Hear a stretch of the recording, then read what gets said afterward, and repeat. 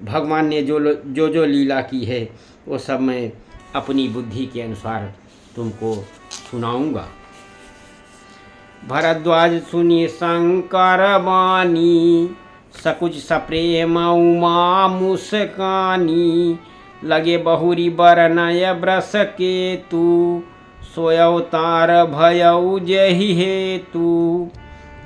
याज्ञवल्क्य जी देखते हैं कि हे भरद्वाज, शंकर जी के वचन सुनकर के पार्वती संकोच करते हुए प्रेम सहित मुस्कराई। फिर बृहस्पति शिव जी ने जिस कारण से भगवान का यह अवतार हुआ था उसका वर्णन करने लगे। सो मैं तुम सन कहूँ सब, सुन मुनि समन लाई। राम कथा कलिमल हरनी, मंगल करनी सुहाय। हे मुनीश्वरों, भरद्वाज मैं वो सब तुमसे कहता हूँ, मन लगा करके सुनो, क्योंकि रामचंद्र जी की कथा कलयुग के समय में सभी पापों को हरने वाली, कल्याण करने वाली और बड़ी सुंदर है। स्वयंभू मन यार सतरूपा, जिनते भय नर सृष्टि अनुपा। दंपति धरन आचरण लीका, अजहु गाओ श्रुत जिन कयलिका।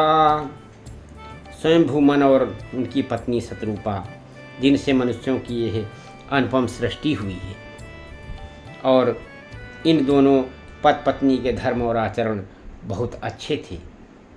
आज भी वेद जिनकी मर्यादा का गान करते हैं। उनके नपोतान पाद सुततासु, ध्रुहरि भगत भयउ सुत जासु।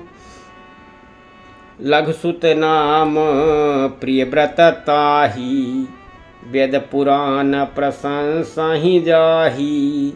राजा उत्तानपाद उनके पुत्र थे और हरि भक्त ध्रुव जी उन मनु जी के छोटे लड़के का नाम प्रियव्रत था, और जिसकी प्रशंसा वेद और पुराण करते हैं।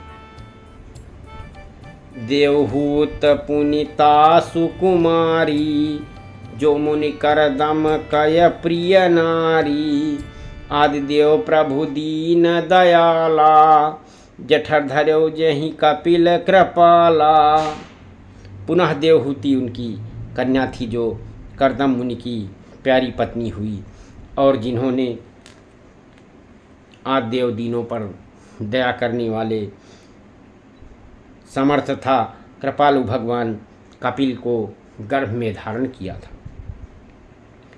सांख्य शास्त्र जिन प्रगट बखाना, तत्व विचार निपुण भगवाना।